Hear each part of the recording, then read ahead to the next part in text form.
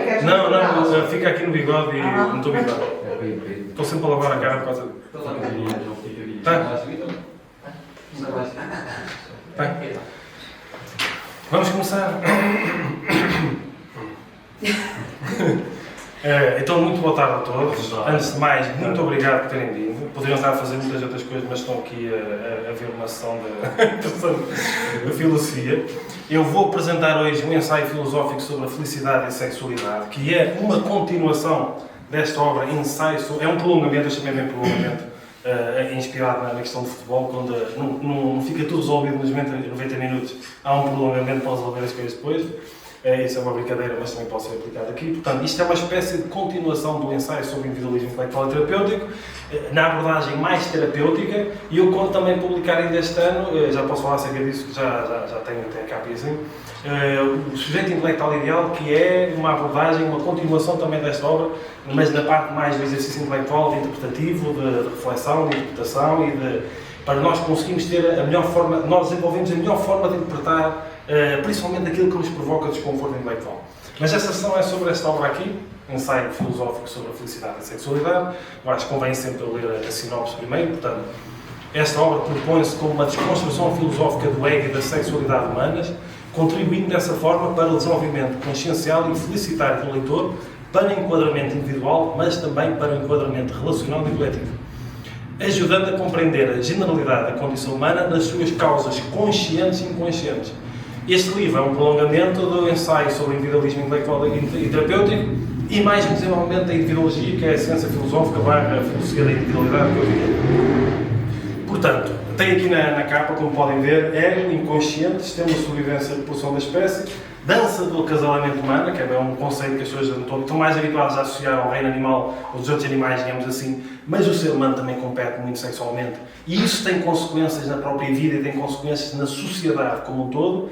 Uma pessoa pode até compreender, por exemplo, que a má distribuição da riqueza, a gigante má distribuição da riqueza, também vem da formação do ego e vem da sua sexualidade. É uma coisa que as pessoas não estão habituadas a ter a noção. Relacionamentos, porque uma pessoa, hoje em dia fala-se muito de relacionamentos tóxicos e ainda bem, também trata a questão dos relacionamentos. Consciência e ética. Portanto, é uma obra que ajuda a resolver problemas individuais, nomeadamente a ansiedade, a depressão, todo tipo de desejos. Na filosofia budista, por exemplo, as grandes causas da infelicidade em termos de problema individual são o desejo, são a ignorância e são o apego. Portanto, isto é bom para uma pessoa resolver problemas individuais, do foro pessoal, digamos assim, mais íntimo, problemas relacionais, todo tipo de relacionamentos, evitar eu estar permeável a um relacionamento tóxico, evitar eu ser a causa de um relacionamento tóxico, evitar contribuir para relacionamentos tóxicos de todos os tipos, compreender, ter uma sexualidade consciente, e é uma coisa que eu vou falar hoje, que é as pessoas estão habituadas a perceber a sexualidade como um ato reprodutor ou como uma atitude consciente de procurar prazer sexual, digamos assim. As pessoas não estão habituadas a entender como é que a sexualidade acontece em nós de forma inconsciente.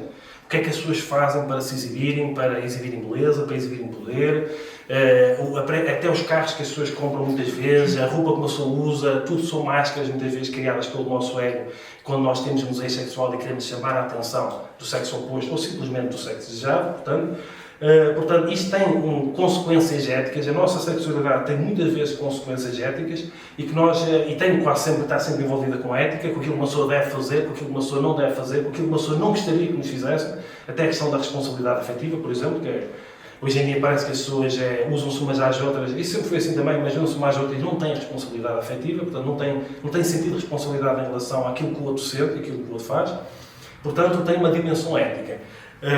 Aquilo que eu acho mais importante nós compreendermos tem a ver com a formação do ego, que é uma questão muito importante, por exemplo, na filosofia. É uma lacuna muito grande, porque se a sexualidade tem de envolver a questão da felicidade também e a questão da ética, é uma lacuna muito grande. A maior parte da filosofia ocidental, oriental, seja o que for, oriental, se calhar fala-se mais com o Tantra Yoga, por exemplo. É o facto de não se falar acerca da sexualidade. É interessante como a sexualidade às vezes é uma das maiores causas de sofrimento que existe nas pessoas, porque sexualidade não é só prazer sexual e reprodução. Sexualidade também é os traumas que as pessoas têm, os abusos sexuais, as violações. Sexualidade também é as frustrações afetivas e sexuais. Há dois grandes extremos, como eu costumo falar questão da sexualidade, da energia sexual. Um extremo é uma pessoa ser dominada pelo ego e pela energia sexual, pelos desejos, seja o que for, tornar-se completamente descontrolada na questão da sexualidade. O outro extremo é a repressão e a opressão afetiva e sexual que uma pessoa recebe desde que nasce, nomeadamente por causa da filosofia judaico-cristã, que às vezes não tem nada a ver com as mensagens de Cristo, mas foi incorporado um conceito de pecado que pode fazer com que as pessoas tenham dificuldade de procurar prazer na vida ou ser feliz, porque é quase aquela ideia que uma pessoa vê um Jesus Cristo, por exemplo. Porque a filosofia judaico-cristã influencia muito o Ocidente, digamos assim, em Portugal, que é muito cristão. Às vezes uma pessoa entra, por exemplo, dentro de uma igreja e vê Jesus crucificado, toda a gente que está ali, todas aquelas figuras que estão na igreja estão em sofrimento, ensanguentadas, e Jesus morreu pelos pecados, digamos assim, e a pessoa se sente culpada, a culpabilidade já cristã, de procurar prazer na vida, de procurar felicidade, porque o grande mestre que orienta as pessoas, as filosofias, a filosofia cristã, está também crucificado e está ensanguentado. Portanto, quem sou eu para procurar prazer ou felicidade na minha vida, se a própria figura também está crucificada e ensanguentada? Parece que toda a vida, todo o resto da vida da figura de Cristo, digamos assim, foi ignorada e só se for, as mensagens, seja o que for, isso, a pessoa só se foca naquilo que foi, digamos, o final da sua vida. Portanto, todos estes meandros influenciam muitas vezes, ou para o bem ou para o mal, digamos assim, a felicidade e ou a infelicidade das pessoas. Por isso é que é muito importante nós compreendermos que, às vezes, quando uma pessoa, por exemplo, é dominada pelo ego, pela energia sexual, há muitas escolhas que as pessoas fazem, há bola de neve de desejos, como eu falo também nesta obra, que fazem que sem se aperceberem que é por causa da realização sexual. Às vezes, vê-se hoje em dia, por exemplo, os jovens a endividarem-se para comprarem carros que não têm dinheiro para sustentar, porque inconscientemente eles sentem necessidade de chamar a atenção da família, digamos assim. Portanto, eles são movidos, eles têm desejo, às vezes sentem-se mal porque não conseguem comprar um carro, ou perdem qualidade de vida porque não conseguem, qualidade de carro pode ser outra coisa qualquer, porque têm um desejo sexual, têm uma frustração afetiva sexual, querem tornar-se mais atraentes em termos sexuais, é tudo inconsciente, as pessoas não se apercebem, e às vezes até se endividam para comprar um carro que não têm dinheiro para sustentar. E esse endividamento condiciona toda uma vida. E onde reparar, por exemplo, como é que uma coisa que aparentemente não tem nada a ver, que é só um carro, que seria a priori um meio de transporte, também é usado como um símbolo de status social, também é usado por questões sexuais sem a pessoa se aperceber. Portanto, às vezes a pessoa pode se endividar para comprar uma coisa movida por um desejo inconsciente, neste caso a necessidade de buscar prazer sexual. Isso acontece mais, por exemplo, entre os homens. Porquê? Os homens, para aquilo que eu chamo da dança do acasalamento humano, não é só os outros mais fazem para se exibirem, para chamar a atenção, os seres humanos também fazem isso, vão para a rua, exibem-se. O ser humano sente mais necessidade de buscar poder. O homem da espécie, o macho da espécie, sente mais necessidade de buscar poder, sente mais eu, o carro. O homem sente mais necessidade disso. A mulher pode cuidar mais da beleza, digamos assim. O homem tem que cuidar do poder e da beleza. Mas ele sente-se mais no poder. Por isso é que muitas vezes, quando um homem se divorcia, ele procura trocar de carro para ter um carro mais esportivo para ir outra vez aquilo que as pessoas chamam à caça. Estão a perceber? Toda esta sexualidade, ela interfere com a vida das pessoas. Só que as pessoas não se apercebem porque ela é inconsciente. E é isso que eu chamo a dança do acasalamento humano. Essa dança do acasalamento humano, ela vem dessa necessidade do homem exibir poder. Por isso é que por trás, o Osho falou acerca disso, de uma maneira ou de outra, Freud falou acerca disso, por trás de um homem que procura poder político, muitas vezes ele não está ali preocupado com o bem-estar da população, ou de servir o povo, ele está ali numa necessidade inconsciente de se exibir sexualmente. Ele não se apercebe que é isso, ele não se apercebe por causa do ego. Muitas vezes por trás da busca de poder político, por trás da busca de poder de autoridades. Vamos imaginar, por exemplo, para vocês verem como às vezes, quando uma pessoa quer resolver problemas da sociedade, não vai ser uma resolução política ou social que vai resolver. Às vezes é que temos que compreender que a questão é interior. Vamos imaginar que estamos aqui na dança do acasalamento humano, como eu chamo, na competição sexual, e que nós estamos no sistema comunista. Se estivermos no sistema comunista, para ele exibir poder, o que é que ele poderá sentir necessidade de fazer? Como ele não vai ter a questão capitalista, seja o que for, de mais liberalismo ou assim, ele vai sentir necessidade de subir no partido. Vamos imaginar assim. O problema é interior. Ele está na exibição sexual, quer subir de alguma forma. Se tiver um sistema capitalista, democrático, seja o que for, as coisas são diferentes. A pessoa poderá buscar uma empresa, por trás, por exemplo, às vezes de um patrão que criou uma empresa, às vezes nem tem sentido de serviço. Eu tenho que ganhar dinheiro o mais rapidamente possível, nem que pague mal aos colaboradores, porque eu quero é ganhar o máximo dinheiro possível, porque inconscientemente eu estou a competir com os outros, por uma questão do ego e da própria sexualidade. Inconsciente, as pessoas não se apercebem. Portanto, no sistema mais capitalista ou mais liberal, seja o que for, a pessoa poderá sentir necessidade de subir ou poder político, pode ir para a política às vezes. Vocês vão reparar que às vezes há debates políticos, nomeadamente autárquicos, ou seja o que for, que parece que os candidatos nem sequer sabem o que é que estão lá a fazer. Não sabem, não? Então em resolver o problema parece que eles não estão interessados sequer no que se passa na terra, na própria terra. Não querem saber, eles vão para o poder político e depois decidem o que é que eu tenho de resolver aqui. Primeiro querem poder. E depois o que é que eu tenho de fazer aqui? Por isso é que as pessoas às vezes que estão mais preparadas para o poder, para um cargo de poder, são aquelas que não querem. Porque aquela pessoa que quer poder por si só, ela não quer poder por si só. Ela está movida pelo ego, pela sua sexualidade inconsciente e pela sua formação do ego que busca uma realização de fora para dentro. E por isso é que eu acho muito importante nós termos educação sexual, nós aprendemos acerca desta nuance da sexualidade humana. Porque até em termos de maus dirigentes políticos, nós podemos ter pessoas que têm um ego, têm uma frustração afetiva sexual, estão ali para se exibir. Não se apercebem, não têm noção disso. No fundo, em busca da fêmea da espécie, digamos assim, porque são os mais homens que procuram poder nesse tipo de cargos. Eu dava mais jeito de serem mais mulheres no poder, porque elas estão menos, em geral, estão menos preocupadas com este tipo de questões de se exibir sexualmente e se exibir poder. E isso tem consequências políticas, porque nós às vezes temos dirigentes políticos que não têm tanta consciência política assim. Não fartam-se estudar para compreender ou ganhar consciência daquilo que se passa na própria terra, no próprio país. Às vezes não estudam assim tanto, estão movidos inconscientemente por a necessidade de chamar a atenção. Seja político, seja cargos de poder de todo tipo. Pode ser uma grande entidade patronal, não é? Que às vezes se a pessoa puder usa os colaboradores, não quer saber deles, não há distribuição da riqueza porque ele está inconscientemente a competir com os colaboradores. Às vezes até engana se for preciso clientes porque às vezes o nosso ego é imediatista. Então, quanto mais depressa eu ganhar dinheiro e mais depressa eu tiver poder, e o próprio, acho que até foi o Dalai Lama que falou que é uma questão interessante que muitos empresários, até lá da zona do Tibete, que a primeira coisa que fazem é comprar ouro quando têm mais sucesso, ou comprar carros ou assim, e depois às vezes vem uma queda na empresa que vai à falência. O que é que levou uma pessoa que ainda estava numa fase de crescimento, por exemplo, a comprar logo um carro para exibir, ou comprar logo ouro, e depois, acho que uma frase dele é que depois no fundo o ouro só pesa na joelha. Nós temos que compreender o que é que está por trás daquilo que nos leva a fazer certas escolhas. E essa sexualidade inconsciente que é importante nós ganharmos conta. Porque a maior parte das pessoas não aprendeu nem nos sistemas de ensino por onde passou, não aprendeu nos seus pais, porque há uma grande lacuna, porque a sexualidade não é tabu, e a sexualidade não é só ato sexual, a sexualidade não é só prazer sexual. A sexualidade também é todas estas coisas que as pessoas fazem para procurarem poder, para exibirem beleza, depois há toda uma obsessão com a estética corporal sexualmente atraente, e às vezes a pessoa dedica mais tempo, dinheiro, energia, recursos para cuidar da estética corporal sexualmente atraente, tudo para cuidar daquilo que se passa dentro dela. Às vezes a pessoa está, todo o tempo que tem, toda a energia que tem, todos os recursos que tem é para cuidar, para se tornar sexualmente atraente em termos de beleza ou em termos de ganhar dinheiro para comprar ou para pagar o carro, para a dança do acasalamento humano. Eu estou a dizer o carro, mas pode ser outra coisa qualquer, e não significa que todos os homens que têm carro topo de gama sejam à procura disso. Significa que isso pode estar por trás. Cada caso é um caso. E tudo isso tem a ver com uma sexualidade inconsciente. Só que as pessoas não se apercebem. As pessoas não se apercebem que são movidas de forma inconsciente, uma bola de neve de desejos, que às vezes a pessoa entra em ansiedade quando não tem aquele carro, quando não tem aquela coisa, e está movido pela energia sexual e é uma bola de neve de desejos. Depois é a ansiedade, depois quando perde a esperança de realizar o desejo, começa a vir a depressão. Todas estas ansiedades, estas depressões, estas frustrações afetivas sexuais, todos estes desejos precisam da nossa consciência porque eles movem-nos de forma inconsciente. Nós não nos apercebemos disso. E o que é o nosso ego, no fundo? O nosso ego, isto uma pessoa pode beber à psicologia, pode beber também à neurociência, pode beber... A filosofia oriental já fala isso há muito tempo, enquanto aqui no Ocidente nós estamos mais voltados para a competição.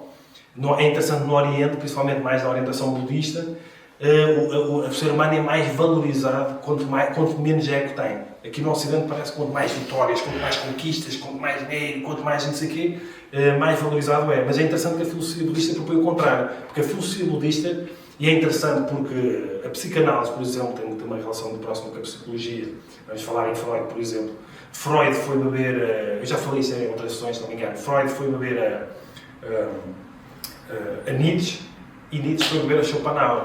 E onde é que Schopenhauer foi beber? Schopenhauer foi um dos primeiros filósofos ocidentais a trazer a filosofia budista, por exemplo, a trazer a filosofia indiana, e foi a partir daí que se começou a falar acerca do inconsciente, a falar acerca dos desejos, a falar acerca por exemplo, Schopenhauer tem o mundo como vontade e representação, não é? Todas aquelas vontades, começou-se a perceber que há uma vontade e essa vontade pode ser inconsciente, e alguns também são chamados os filósofos da suspeita, que começaram a questionar a razão, não é?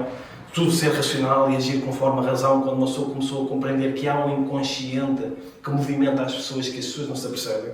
Então isso começou quando se foi beber à filosofia oriental.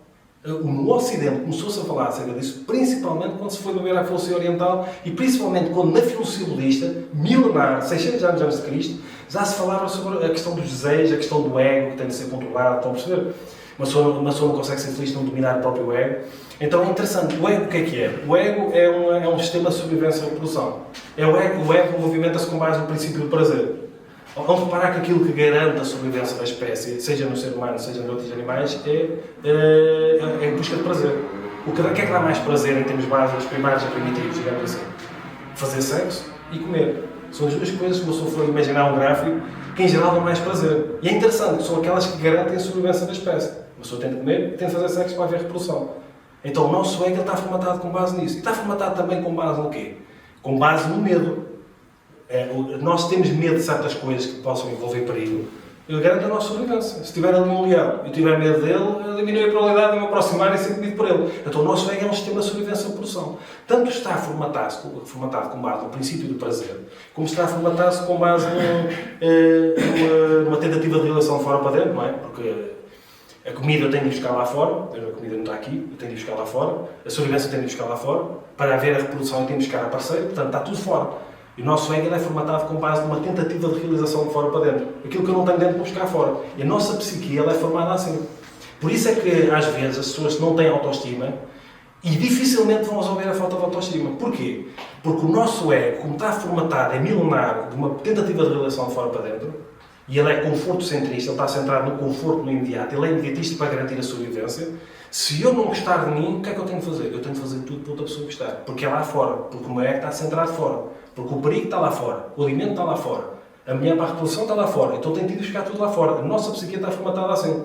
E por isso é que nós temos de contrariar o nosso ego para ter uma sexualidade mais saudável. Temos de contrariar o nosso ego para termos uma sociedade mais equilibrada, nomeadamente a má distribuição da riqueza, porque ele funciona quase como uma inteligência artificial que nós usamos, entre aspas. É uma programação que nós temos inconsciente. E é interessante quando uma pessoa ouve neurocientistas falar, quando uma pessoa fala de contrariar, por exemplo, porque é difícil partir um preconceito ou um estereótipo? Porque isso faz-nos gastar energia e o nosso cérebro está formatado para o gasto menor de energia. Por isso é que eu, para colocar em causa alguma coisa, eu tenho de contrariar as tendências inconscientes do imediatismo do meu ego. Que é uma tendência para eu pensar o mais facilmente possível, o mais rápido possível. O mais fácil preconceito, é estereótipo. Se eu tiver de fazer uma reflexão e colocar em causa as coisas, eu estou a gastar uma energia a mais. E o meu ego está formatado para aqui, para a sobrevivência. É o gasto menor de energia. Por isso é que, por exemplo, eu não tenho autoestima. O que é que o meu ego pede para fazer? Tens de fazer tudo. Porque o meu ego funciona com base no medo da rejeição. Se eu for rejeitado pela minha tribo, se eu não agir com uma máscara para ser aceito pela minha tribo, e isso precisa mais da nossa atenção quando uma pessoa vai estar numa sociedade mais bárbara, se eu for rejeitado pela minha tribo, o que é que eu vou colocar em causa? A minha sobrevivência, porque eu posso ficar mais frágil. O que é que pode acontecer? Eu vou ser mais facilmente e mais provavelmente rejeitado sexualmente. Porque se eu estiver fora da tribo, é menos provável que a fêmea, digamos assim, veja como um objeto, como um ser poderoso que pode garantir a minha proteção. Isto é muito bárbaro, mas nós temos pensamentos assim, um bocado machistas também. E o que é que ele foge? Foge da dor, porque se eu estiver a fugir até da dor corporal, isso vai garantir, por exemplo, está aqui uma coisa a queimar. Nós temos mecanismos inconscientes, a tirar a mão. Então nós também temos mecanismos inconscientes e imediatos de fugir da dor. Se eu não tiver autoestima, que é aquilo que eu estava a falar há bocado, e o que é que eu tenho de fazer? Tenho de trabalhar interiormente, tenho de olhar para dentro, perceber, tenho de fazer um exercício de coisas, meditação, seja o que for para começar a gostar de mim. Mas o que é que o meu ego me diz? Tens de fazer de tudo, porque o ego é primário, é primitivo. Ele funciona com base no medo, ele tem medo da rejeição. Ele funciona com base no princípio do prazer, busca de prazer imediato, para garantir a sobrevivência e a reprodução da espécie, e com base na fuga da dor e da morte, e da rejeição. Porque se eu for rejeitado pela tribo, complica-me enquanto sobrevivência na tribo. Eu vou ter de procurar, eu tenho de fazer tudo para os outros me aceitarem, para os outros me valorizarem, para os outros gostarem de mim. Porque eu estou inconsciente numa tentativa de realização de fora para dentro. Mas o que é que nós temos de fazer terapeuticamente? A psicologia fala acerca disso normalmente. Até a espiritualidade fala acerca disso. Eu tenho de contrariar as tendências do meu ego, que me pede para ir buscar a solução lá fora, e perceber que a solução está dentro de mim. A filosofia budista trabalha isso já há muito tempo. A psicologia trabalha isso há muito tempo. Mas o meu ego, o nosso ego, está formatado numa tentativa de realização de fora para dentro. Não tenho dentro, vou buscar fora. Se eu não, por exemplo, frustração afetiva e sexual, o que é que as pessoas normalmente fazem? Porque a busca de prazer sexual é mais elevada. O que é que vem a seguir? Comer. As pessoas com compulsão alimentar, por exemplo, em geral têm uma frustração afetiva e sexual. E é inconsciente, assim não se percebe. Então o que é que o meu ego faz? Se eu não vou buscar prazer sexual, eu tenho que buscar prazer na comida. Porque a comida é outra coisa qualquer. E é um processo inconsciente, as pessoas não se percebem disso. E é tudo cerebral. Quando a pessoa estuda neurociência, por exemplo, em geral compreende isso. O que é que costuma acontecer, que até é tradicional na cultura, principalmente das mulheres, quando termina com o namorado, o que é que vai fazer? Vai comer chocolate. Porquê? Porque aquele prazer que deixou de ter na relação com o namorado, o cérebro o que é que diz? Tens de buscar prazer de outra forma. Ele está formatado com base no princípio de prazer. Então vou buscar chocolate. E a pessoa não se apercebe que é um gatilho cerebral que está ali. E é inconsciente. E é isso que nós temos que compreender. O nosso cérebro, digamos assim, e é interessante estudar neurociência por causa disso, e filosofia disto, e já fala nisso há muito tempo, não necessariamente a coisa de chocolate em específico, nós temos mecanismos inconscientes que nos levam a uma tentativa de realização de fora para dentro e que nos leva a procurar compensações. O nosso cérebro procura compensação. Ora bem, não gosto de mim, o que é que eu vou fazer? O meu cérebro vai compensar, tens de fazer com que os outros gostem. Porque tens de compensar essa loucura interior. Porquê? Porque é mais confortável procurar na identidade, a aceitação dos outros, o conhecimento dos outros, a valorização dos outros, do que eu olhar para dentro, fechar os olhos e ter de enfrentar todos os meus problemas e reconhecer que não é os outros que têm que gostar de mim, sou eu que tenho que gostar de mim. Mas o meu cérebro é primitivo, o meu cérebro ainda tem bases primitivas. O meu cérebro está formatado assim, eu não gosto de mim, mas atenção, cuidado, o cérebro funciona com base no medo, busca de prazer e medo. Atenção, que se fores rejeitado por outros, é mais provável não sei o quê. E é uma ruminação inconsciente. Atenção, que se fores rejeitado pela tribo, estão a perceber? Atenção, que se não sei o quê, e se as outras pessoas não gostarem de ti, e se as outras pessoas rejeitarem. E o nosso cérebro foge desse desconforto. Por isso é que nós, para o desenvolvimento interior, todo o tipo de desenvolvimento interior, uma pessoa tem de aceitar entrar na zona de desconforto. Tem de aceitar, tem de perceber que a solução, em geral, destes problemas interiores, por exemplo, não está fora, ele está dentro. Temos de fazer esse movimento para dentro. A filosofia budista fala nisso há muito tempo. A filosofia do yoga fala nisso há muito tempo. De uma maneira ou de outra. A filosofia taoísta fala nisso há muito tempo. A filosofia ocidental tem muito pouco a falar acerca disso. Por isso é que eu acho que a filosofia oriental é muito mais à frente em muita coisa do que a filosofia ocidental. Não em tudo. Se nós queremos falar de lógica, a filosofia ocidental é muito à frente. A filosofia ocidental também temos filosofia epicureísta, a filosofia do estoicismo, são muito boas. Mas a filosofia oriental tem estas coisas a ensinar há muito tempo. E só começou a haver mais questionamento e mais abordagem dessas, por exemplo, na psicologia, principalmente quando, com os descobrimentos, a colonização, com os descobrimentos começou a vir a filosofia oriental para cá, e quando o filósofo, nomeadamente como o Schopenhauer, como eu falei há bocado, em vez de a tratar como filosofia menor, trouxe com dignidade. E depois o que é que aconteceu? Schopenhauer foi inspirado em Nietzsche. Creio que o conceito de inconsciente foi mesmo criado principalmente por Nietzsche, e depois Freud foi beber a isso. Mas Schopenhauer foi beber a quê? A filosofia oriental, principalmente a filosofia budista. No meu entender, com as suas limitações, por isso é que eu sou a favor de estudar várias filosofias e incorporar, é isso que eu falo, por exemplo, nesta obra Ensaio sobre o Individualismo Intelectual Terapêutico, estudar várias filosofias porque elas vão colmatando as lacunas umas das outras, e perceber, a filosofia budista para mim é uma das mais avançadas que existe no mundo para melhorar a pessoa. Porque não vale a pena, por exemplo, eu desejar uma sociedade melhor quando eu estou posto para dentro. O trabalho tem de ser sempre para dentro. Porque se nós todos começarmos a exigir que a sociedade seja diferente, que os políticos mudem assim, e eu não fizer bom trabalho interior, eu vou ser mais um a fazer o mesmo que eles fazem de forma inconsciente.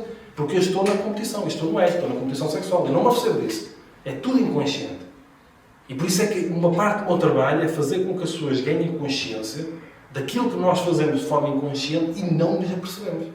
Nós não nos apercebemos que, por exemplo, quantas vezes eu com a Alexandra, e isso é competição sexual, para compreender, com a Alexandra e não só, se uma pessoa tiver, por exemplo, com mulheres atraentes, uma pessoa vai estar numa fila para pagar num restaurante, ou seja o que for, a quantidade de mulheres que estão à volta e que se sentem intimidadas por tal uma mulher atraente e começam a olhar para ela e falar mal dela, e é, só quem, olha, eu digo uma coisa, a experiência de quem nasce feia é uma coisa, sem julgamento, a experiência de quem nasce bonita é outra diferente, a experiência de quem nasce pobre é uma coisa, a experiência de quem nasce rica é outra. Uma mulher feia, um homem feio, vai se sentir sexualmente rejeitado a vida toda. Uma mulher bonita, um homem bonito, parece que cai tudo aos pés. Mas a pessoa atraente vai sentir constantemente quase ciúmes e inveja até desconhecidos. Porquê? O que é que acontece quando estão ali mulheres? Está tudo ali na dança, no casamento, como costuma dizer, e depois aparece uma mulher bonita. As pessoas sentem-se, principalmente se não tiverem trabalho interior, se estiverem no ego, é inconsciente, atenção, sem julgamento, sentem-se inseguras, sentem-se intimidadas, sentem que outra mulher está a chamar mais atenção. E só que, já sentiste isso alguma vez? Os ciúmes e a inveja de outras mulheres que vêm a chegar e depois por si falam mal, não conhecem lado nenhum. E quando os homens, por exemplo, chegam e o outro tem um carro melhor, Mas já, há 30 anos atrás. Sim, mas sente-se isso ou não? Mas olha, não tem problema nenhum, também estamos todos em envelhecer, estou a envelhecer. Eu vou arrancando que eu vou levar, eu estou brincando. Eu nem quero. Mas olha, mas é verdade, é verdade. Porquê? Porque as pessoas inconscientemente estão na competição sexual. As pessoas não se apercebem, é inconsciente. Chegou ali alguém que vai chamar mais a atenção que eu. E o que é que muitas vezes fazem? Tentam deitar abaixo. Se for um homem atraente, olha, por exemplo, isto é um bocado estranho, mas é verdade. Se eu andar, eu já tive um corpo mais bonito, mas se eu andar, mas sou um bocado encorpado, se eu andar, por exemplo, um passadiço para quê? Eu vejo bem longe. Se eu vir o casal ali, está um homem passado, pessoalmente se estiver com a mulher, eu vejo mesmo às vezes inspirar fundo e fazer assim. E é inconsciente. Olha, eu vejo, isso é a linguagem global, dá-me vontade de rir. Como eu estudo estas coisas, eu percebo. A pessoa estava normal. Quando vê passar, porquê? A pessoa, principalmente se vê ao pé da mulher, está insegura. Porque está na competição sexual, porque aquela pessoa vai chamar mais a atenção que eu. As pessoas não se apercebem disso. Isso começa na puberdade. E o que é que acontece?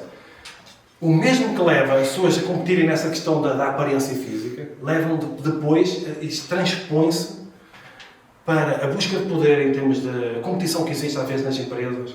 Os patrões que ganham muito, muito dinheiro e pagam mal aos colaboradores, e podem pagar melhor, e podem continuar a enriquecer e pagar melhor aos colaboradores, eles não fazem isso, em geral. Patrões também, mas em geral é mais o homem que faz isso. Porque ele está numa competição inconsciente. É inconsciente, as pessoas não se apercebem. Está numa competição. Para além da ganância e todas aquelas questões do ego, da formação do ego, vem tudo da sexualidade humana. O Freud falou, e explicou de uma maneira ou de outra, que a causa das grandes guerras mundiais, no fundo, vem da sexualidade. Só que nós temos de compreender os meandros que começam na puberdade, na competição entre países, o princípio da competição, porque o princípio de quase todo tipo de competições, no fundo, está na formação do ego e está na sexualidade. E está numa forma inconsciente da dança do acasalamento humano em que a pessoa sente necessidade de exibir beleza e, principalmente o homem, no mais da espécie, exibir poder. Portanto, eu tenho de ter... Imagina, se eu for... Vamos imaginar que eu quero uma mulher atraente. Se eu for feio, como é que eu vou chamar a atenção? Tenho de ser rico. Porque se eu não vou chamar a atenção. Então o que é que acontece, principalmente os homens? Isto é mesmo estatístico, fões lá, eu vou encontrar isso. É muito provável que um homem feio, eu estou a dizer isto sem julgamento, eu não quero julgar as pessoas, é só para as pessoas competência cru. É muito provável que um homem feio, para sentir que tem de se destacar, ele vai procurar poder. Portanto, o que é que eu tenho de fazer para ganhar dinheiro? Porque eu tenho de exibir poder. Porque eu, para ganhar outros homens que são mais bonitos que eu tenho de exibir poder. O que é que eu posso fazer? Vou para o poder político e às vezes não tenho interesse nenhum na comunidade. Eu não quero saber da comunidade, eu quero ter poder. O que é que eu posso fazer? Em vez de ir para o poder político, vou criar uma empresa. Mas eu estou a criar empresa porque eu quero ganhar dinheiro. Às vezes eu não tenho um produto que eu idealizei, sou um gênio, vou criar um produto que vai resolver a vida das pessoas. Um produto ou um serviço. Não. Eu tenho de chamar a atenção. Eu tenho de exibir poder. Posso criar aqui uma empresa, posso criar um produto, posso vender um serviço, seja o que for. Mas inconscientemente, o meu princípio motivacional é eu tenho de ter poder porque eu não sou bonito. Posso fazer plásticas, mas tenho de ter poder porque eu não sou bonito. Então, essa pessoa que vai movida pelo ego e pela energia sexual, que quer ter uma empresa para ganhar o máximo dinheiro possível, para exibir na dança do acasalamento humano, e um programa muito importante, nós todos envelhecemos, cada vez, tendencialmente, uma beleza menos atraente, digamos assim, apesar de haver mulheres que a idade ficam mais bonitas, e homens também, digamos assim, eu tenho de ter poder. E às vezes, essa pessoa que vai movida pela energia sexual, a querer criar, por exemplo, uma empresa que dê muito dinheiro, se ela for movida pelo desejo sexual inconsciente, o mais provável é o quê? Ela não quer saber dos colaboradores. Às vezes nem quer saber se está a fazer um bom serviço ou vender um bom produto. A pessoa quer ganhar o máximo dinheiro possível e vai contribuir para quê? Para a má distribuição da riqueza. Porquê? Porque ela não foi criar a empresa para servir o público, para dar um bom produto ou para dar um bom serviço, ou seja o que for. Inconscientemente ela criou a empresa, não quer saber de ninguém, não quer ganhar dinheiro. Não quer... E fujam filhos, eu quero ganhar dinheiro. Porquê? Está movido pela energia sexual. E nós temos que compreender, por exemplo, é que se nós formos para resolver os problemas do mundo, digamos assim, vamos imaginar que a má distribuição da riqueza é um grande problema no mundo. Porque não é só isso, mas não é uma solução social e política. Porque se eu tiver um regime comunista, eu vou querer poder de uma maneira. Se eu tiver um regime capitalista, liberal, seja o que for, eu vou querer poder de outra. Mas o problema não é o regime per si. Também é uma consequência. O problema é o interior da pessoa que não está movida pela energia sexual e está a procurar poder por causa disso. Porque tem uma frustração afetiva e sexual e às vezes até se endivida para comprar coisas que não tem para ter naquele momento. Ou então cria uma empresa e paga mal toda a gente, engana toda a gente, e nós aqui em Vagos temos muitos casos assim. Que engana meio mundo, engana meio mundo, e mesmo tendo muito dinheiro tem que ter mais e mete-se em tráfego e seja o que for. Porquê? Por isso é que eu digo, e eu não estou a dizer isto para julgar, para ser moralista, há bocado falei na questão das mulheres, falei seja o que for, da dança, de serem ciúmes, os homens também sentem ciúmes de uma maneira ou outra, por isso é que eu dei o exemplo começar assim. O homem não tem de ser só bonito, o homem tem de exibir poder, atenção. O macho da espécie tem de exibir poder. Só que o homem que mais procura poder, e que às vezes as mulheres se sentem traídas por causa do poder, é aquele que é mais provável querer exercer poder sobre a mulher. Por isso é que às vezes por trás destes homens que têm muito dinheiro, não estou a dizer para herança, ou seja o que for, têm muito dinheiro, são aqueles que vão bater nas mulheres muitas vezes. Não é toda a gente assim, mas toda a gente que procura poder está movida pelo ego, e o mais provável é o ego levar a ter atitudes tóxicas nos relacionamentos, por exemplo. Estão a perceber? E eu não quero prolongar muito mais. Estes são alguns dos temas que eu trato no livro, não são só estes, também trato nesta obra aqui. Mas eu acho muito importante porque vocês vão reparar que se calhar nunca ouviram falar acerca disso aqui. Se não for o Filipe a falar em vídeos diferentes, não se ouve falar acerca disso. E mesmo o pessoal que estuda psicologia, às vezes esta parte parece ignorada. Mas isto está por trás de quase todas as escolhas que as pessoas fazem, as pessoas não se apercebem. E depois nós queremos resolver problemas sociais, queremos resolver problemas sociais sérios, problemas políticos, e não imaginamos que o problema sempre teve no interior das pessoas. As pessoas é que criam a sociedade. Nós, enquanto cidadãos que estamos a competir uns com os outros sem nos apercebermos, porque é inconsciente, é o nosso ego a fazer isso aí, nós deixamos, é como se o nosso ego estivesse aqui. E nós temos que controlar que está aqui na nossa cabeça. O nosso ego leva-nos a fazer as coisas, e nós ou controlamos e ganhamos consciência disso, ou deixamos ir e fazemos aquilo que o nosso ego leva a fazer. Está a competir, tem de ter mais poder, tem de ganhar, tem de vencer, não há cooperação, não há... Para que é que eu vou servir aos outros? Eu quero ter mais poder e quero chamar mais atenção, quero ter um carro melhor que aquele, porque eu sou feio e quero chamar mais atenção que aquele. E porque eu estou a envelhecer. E se eu estiver a envelhecer, não vou mesmo chamar a atenção pelo aspecto. Aí é que eu vou ter mesmo a ter poder. Estão a perceber? E é inconsciente, e isto é muito cerebral.